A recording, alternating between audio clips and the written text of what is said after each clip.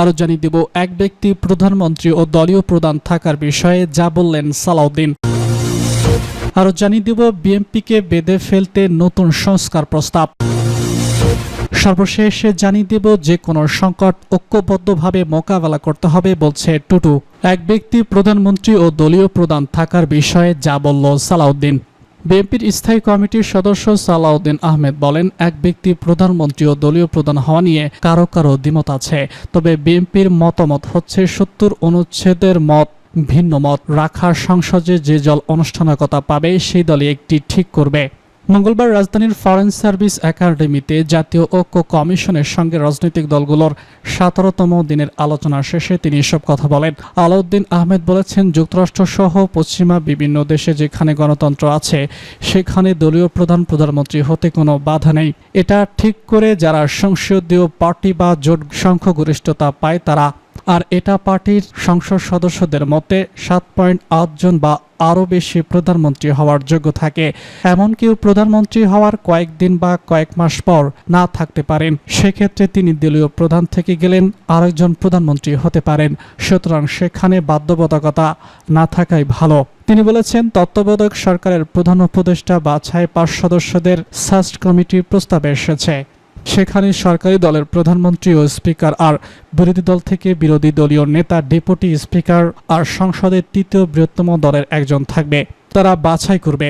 এই কমিটি সংসদের প্রতিনিধিত্ব দলের কাছ থেকে নামের আহ্বান করবে। সেখানে সরকারি এবং বিরোধী দল তো নাম দেবেই, এর বাইরে স্বতন্ত্র সংসদ সদস্যরা নাম দেবে। এই নামগুলো যাচাই বাছাই করে সার্চ কমিটি যদি প্রধান উপদেষ্টা নিয়োগে ঐক্যমত হতে পারে ভালো, না পারলে দ্বিতীয় পদ্ধতিতে যাবে। তিনি আরো বলেছেন, দ্বিতীয় পদ্ধতি হচ্ছে সার্চ কমিটির কাছে সরকার দল এবং বিরোধী দল ৫ জন করে ১০ জনের নাম প্রস্তাব করবে, আর তৃতীয় দল ২ জনের নাম প্রস্তাব করবে। এই ১২ জনের মধ্য থেকে যাচাই বাছাই কমিটি যদি প্রধান উপদেষ্টার নাম চূড়ান্ত করে ঐক্যমতে আসতে পারে তাহলে ভালো। এখানেও যদি ঐক্যমতে আসতে না পারে তাহলে ঐক্যমত কমিশন থেকে প্রস্তাব এসেছে র্যাঙ্ক চয়েস গ্রুপিং এর মাধ্যমে উপদেষ্টা নিয়োগ করার। যদিও এ বিষয়ে আজকের বৈঠকে ঐক্যমত হয়নি রাজনৈতিক দলগুলো। বিএনপিকে বেঁধে ফেলতে নতুন সংস্কার প্রস্তাব। বিএনপিকে বেঁধে ফেলতে অন্তর্বর্তী সরকার তথা জাতীয় ঐক্যমত কমিশন সংস্কারের নামে বিভিন্ন নতুন প্রস্তাব আনছে বলে মনে করছে দলটি। বিএনপির অভিমত, গণতন্ত্রের ইতিহাসে দেশে দেশে যেগুলোর নিয়মিত অনুশীলন সেগুলো কমিশন উপেক্ষা করতে যাচ্ছে। যুক্তরাজ্য, যুক্তরাষ্ট্র, ভারত সহ অনেক দেশ দলীয় প্রধান ও প্রধানমন্ত্রী একই ব্যক্তি হওয়ার নজির রয়েছে। বাংলাদেশেও দলের প্রধানমন্ত্রী সারা জীবন প্রধানমন্ত্রী হয়ে আসছেন।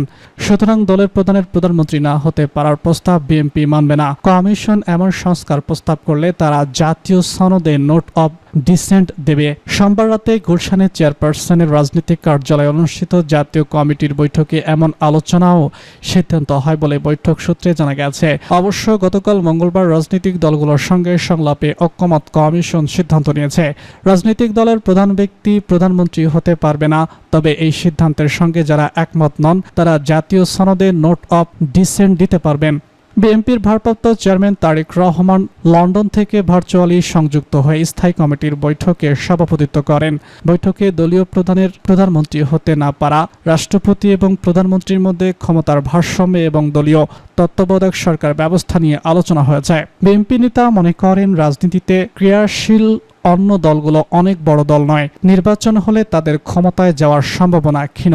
সেক্ষেত্রে ঐক্যমত কমিশনের সব প্রস্তাব মেনে নিলেও তাদের কোনো সমস্যা নেই। কিন্তু বিএনপির পক্ষ থেকে এই সিদ্ধান্ত মেনে নেওয়া কঠিন, কারণ বিএনপির একটি লিডারশিপ টেক্সটার এবং সারা দেশে নেতৃত্বের একটি চেইন অব কমান্ড আছে।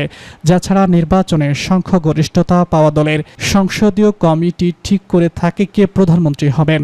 এখানে কোনো আইনি বাধ্যবাধকতা থাকা উচিত নয়। সংখ্যাগরিষ্ঠতা দলের সংসদীয় কমিটি যদি মনে করে তারা দলীয় প্রধানকেই প্রধানমন্ত্রী নির্বাচিত করবে, তাহলে গণতান্ত্রিক এই প্রক্রিয়ার সুযোগ বন্ধ করা ঠিক হবে না। যে কোনো সংকট ঐক্যবদ্ধভাবে মোকাবেলা করতে হবে বলছে টুটু। বিএনপির প্রচার সম্পাদক সুলতান সালাউদ্দিন টুকু বলেছেন, বাংলাদেশকে ঐক্যবদ্ধ থাকতে হবে এবং প্রতিটি সংকটে সংহতি নিয়ে ঐক্যবদ্ধভাবে মোকাবেলা করতে হবে। বুধবার টাঙ্গাইল সদরের ঘিয়াখালী শহীদ মিজানুর রহমান উচ্চ বিদ্যালয়ের মাঠে জাতীয় বিএনপি আয়োজিত এক দোয়া মাহফিলে তিনি এসব কথা বলেন। সুলতান সালাউদ্দিন টুকু বলেছেন, উত্তরাইল মাইলস্টোনের স্কুল অ্যান্ড কলেজ ক্যাম্পাসে বিমান দুর্ঘটনায় পুরো জাতি শোকাহত। ঘটনার পরপরই সেনাবাহিনী, ফায়ার সার্ভিসের সঙ্গে সব শ্রেণী পেশার মানুষ উদ্ধার কাজে অংশ নিয়েছে। এর মাধ্যমে প্রমাণিত হয় শোকাবহ ঘটনায় মানুষ ঐক্যবদ্ধভাবে এগিয়ে আসে। তিনি বলেছেন, ভারতকে খুশি রাখতে এবং অর্থ লুটপাটের উদ্দেশ্যে পতিত আওয়ামী লীগ সরকারের পতন মডেলের বিমান ক্রয় করেছে। এই ঘটনার নামে এভাবে খুন আর দেশের মানুষ মেনে নেবে না। বিএনপির এই কেন্দ্রীয় নেতা তথ্যচিত্রে স্বজনহারাদের প্রতি শোক ও সহমর্মিতা প্রকাশ করে বলেন, দেশের মানুষ ও রাষ্ট্রকে সহযোগী বন্ধু হিসেবে তাদের পাশে থাকতে হবে। এ সময় অন্তর্বর্তী সরকারের কাছে নিহতদের পরিবারের যথাযথ আর্থিক সহায়তা এবং হতাহতের সুচিকিৎসার সর্বোচ্চ ব্যবস্থা নেওয়ারও দাবি জানান তিনি। ঢাকার টাঙ্গাইল স্কুল অ্যান্ড কলেজের মর্মান্তিক বিমান দুর্ঘটনায় হতাহতের আত্মার মাগফিরাত ও হতাহতের সুস্বাস্থ্য কামনায় এই দোয়া মাহফিল অনুষ্ঠিত হয়। এতে টাঙ্গাইল জেলা বিএনপি, যুবদল এবং ছাত্রদল সহ স্থানীয় নেতারা অংশ নেন।